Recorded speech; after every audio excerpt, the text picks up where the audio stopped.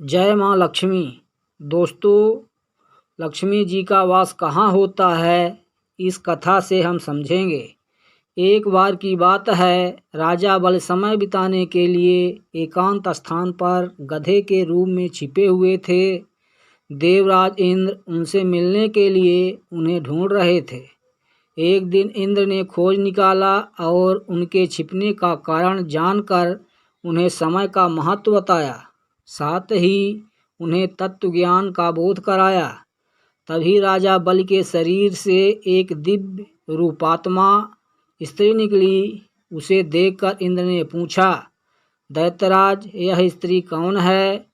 देवी, मानुषी अथवा आसुरी शक्ति में से कौन सी शक्ति है? राजा बलि बोले, देवराज, ये देवी तीनों शक्तियों में से कोई नहीं है, आप स्वयं पूछ लें।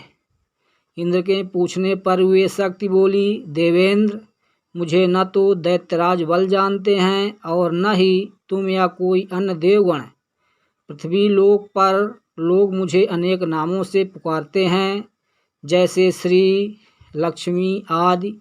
इंद्र बोले, देवी, आप इतने समय से राजा बल के पास हैं, लेकिन ऐसा क्या कारण है कि आप इन्हें छोड़कर मेरी ओर आ रही हैं? लक्ष्मी बोली, देवेंद्र, मुझे मेरे स्थान से कोई भी हटा या डिगा नहीं सकता है। मैं सभी के पास समय के अनुसार आती जाती रहती हूँ। जैसा समय का प्रभाव होता है, मैं उतने ही समय तक उसके पास रहती हूँ, अर्थात मैं समयानुसार एक को छोड़कर दूसरे के पास निवास करती हूँ। इंद्र बोले, देवी, आप असुरों के यहाँ निवास क्यों नहीं करती?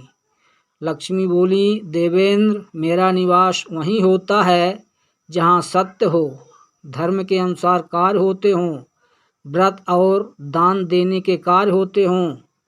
लेकिन असुर भ्रष्ट हो रहे हैं।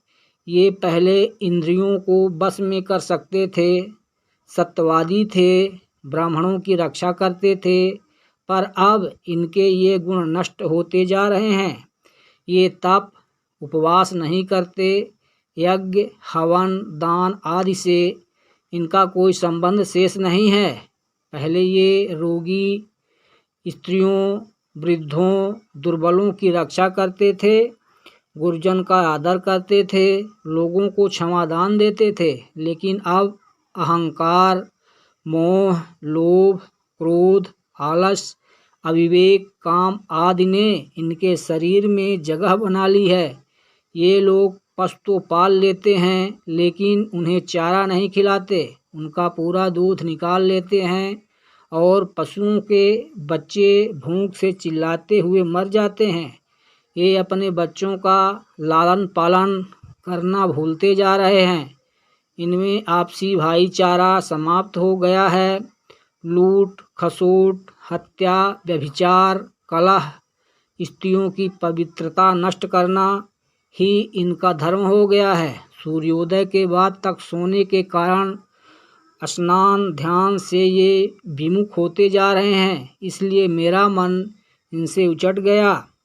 देवताओं का मन अब धर्म में आसक्त हो रहा है, इसलिए अब मैं इन्हें छोड़कर देवताओं के पास निवास करूंगी।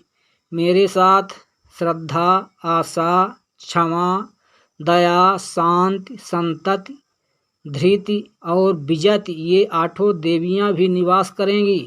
देवेंद्र, अब आपको ज्ञात हो गया होगा कि मैंने इन्हें क्यों छोड़ा है। साथ ही आपको इनके अवगुणों का भी ज्ञात हो गया होगा, अर्थात जिस परिवार में प्रेम, दया, तप, भक्ति, बुजुर्गों का सम्मान, स्त्रियों का सम्मान, परोपकार, दान और काम करने की लगन होती है, वहाँ मेरा वास होता है। तब इंद्र ने लक्ष्मी को प्रणाम किया और उन्हें आदर सहित स्वर्ग ले गए। दोस्तों, लक्ष्मी जी की कृपा आप पर बनी रहे, यही मेरी कामना है।